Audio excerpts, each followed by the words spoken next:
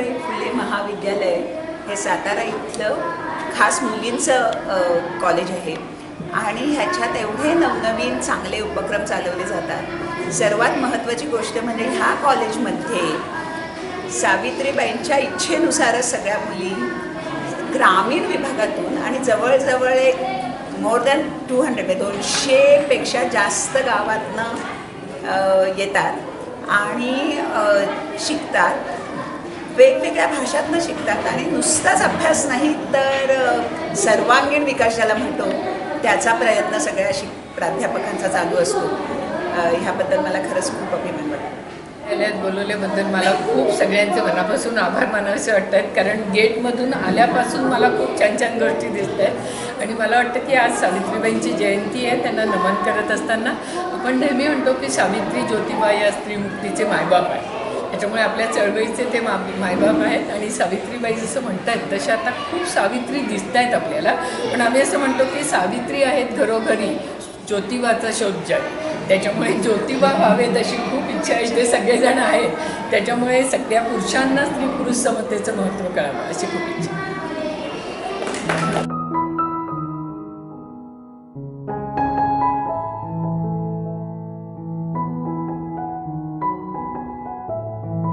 जिथे सावित्रीबाई शिकत होत्या त्या आपलं जीवन एका मशीन प्रमाणे जगल्या। जीवनाचा उद्देश विधवा विवाह, अस्पृश्य दूर करणे, महिलांना मुक्ती आणि दलित महिलांना शिक्षित करणे होते।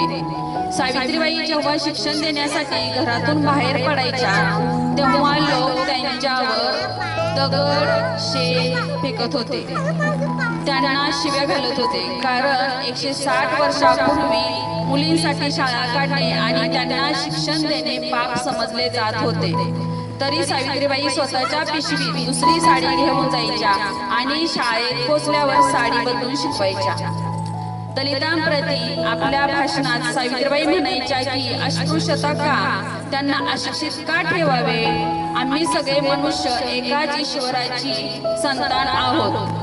जोपर्यंत आम्ही हे समजून घेणार नाही तोपर्यंत ईश्वराचे मूळ रूप समजणे अवघड आहे।